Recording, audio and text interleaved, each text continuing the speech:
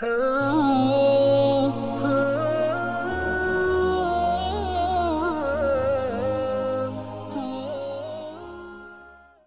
beriman itu kadang niatnya lebih baik daripada amalnya.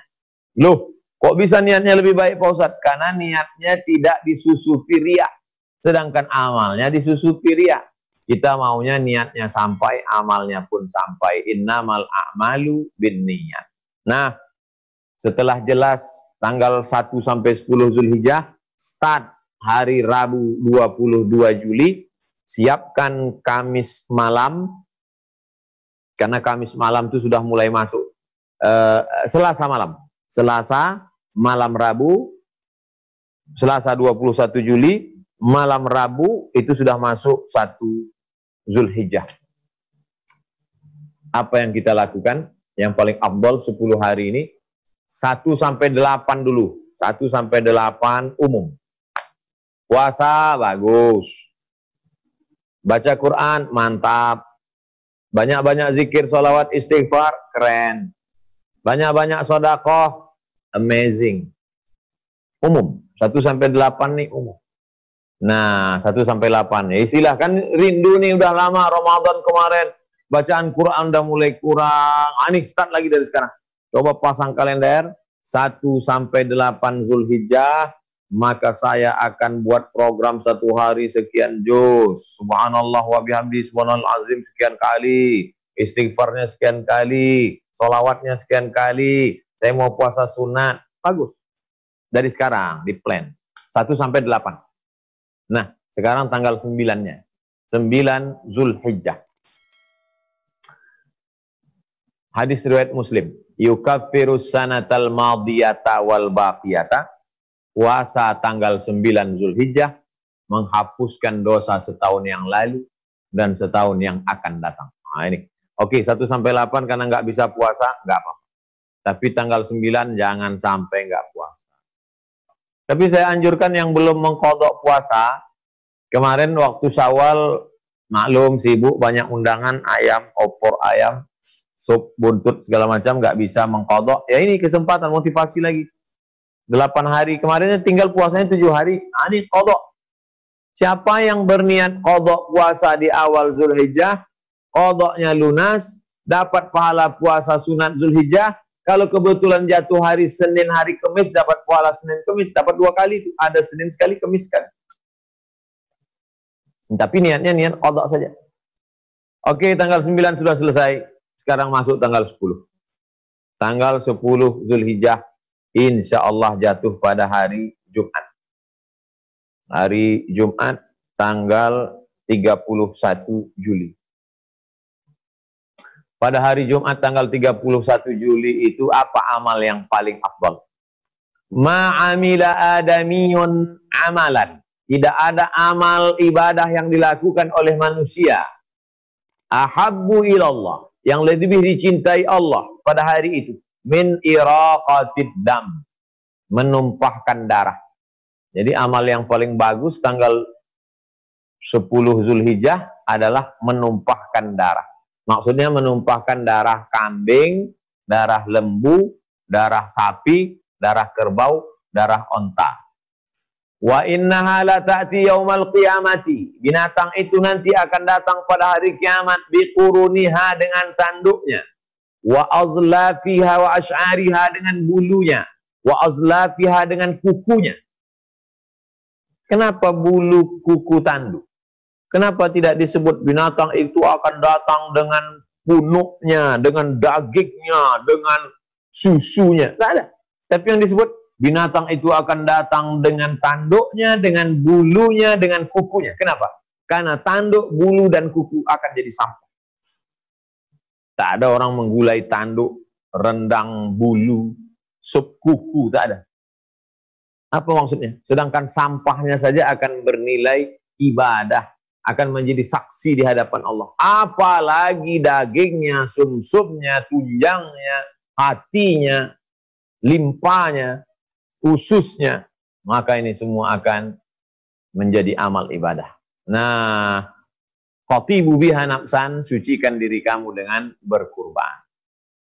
Inna a'tainakal kautsar. Kami sudah memberikan engkau nikmat yang besar. Fasholli li rabbika wanhar. Laksanakanlah salat.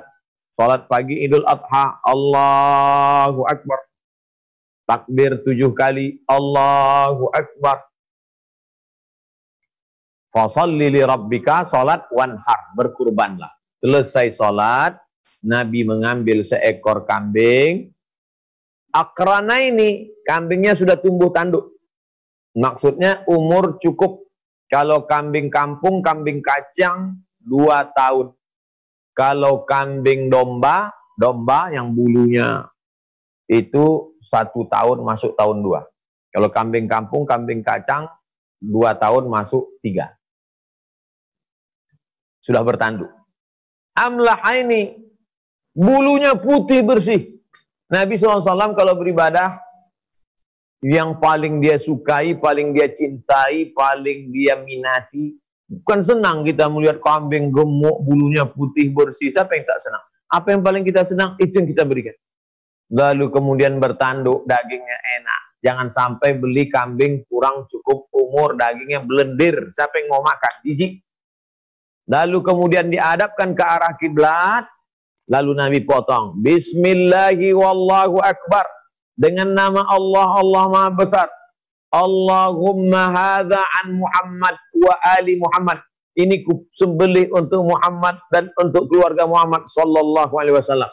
Akrana ini 2 ekor yang sudah bertanduk. Amlahaini, putih bersih.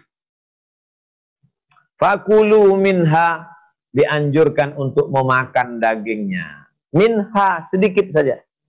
Dari pagi sholat subuh tadi, dari subuh sampai pagi, sampai sholat id, nggak ada makan, nggak ada minum. Afdal. Makanan pertama yang masuk ke mulut pada tanggal 10 Zulhijjah, min kabidi udhiyatihi, Nabi memakan sebagian hati kambingnya. Begitu dipotong, dikuliti, dibelah, ambil hati kambing, cuci darah karena darah itu najis, siram pakai jeruk limau nipis supaya jangan amis bau, bakar kasih garam, bismillah, Allahumma barik lana fima razaqtana wa qina adzabannar. Inilah makanan pertama yang dimakan hari Idul Adha, litabarruk, untuk ngambil barokah. Fakulu minha, makan, disuruh memakan. Wa at'imul ba'isal faqir, sisanya bagikan ke fakir miskin. Setelah dimakan, sisanya bagi ke fakir, yang paling afdal. Apalagi kita di perkotaan tiap hari makan daging, bahkan saya lihat orang tak ada lagi makan daging. Kenapa? Tamak. Ini banyak daging disimpan sampai melompat kaki kambing dari freezer, sampai berbulan-bulan tidak habis. Bagikan semua. Yang paling afdal tuh bagi semua. Ambil aja hatinya sedikit, makan, dah. Habis itu, Pak Ustadz, Pak Haji, ini gimana dagingnya? Bagi semua ke fakir miskin. Cari tempat-tempat kawasan kumuh masyarakat, itu panti jompo, panti asuhan, kasih. Kita udah tiap-tiap hari makan daging. Kalau saya lebih enak makan ikan asin lagi, ikan kecil enak daripada makan kambing. Tapi hatinya tetap saya makan sedikit untuk ngambil barokah. Nah, apa sebetulnya hikmah di balik ini? Supaya orang Islam ini hanya jangan ritual, terjebak pada ritual. Puasa.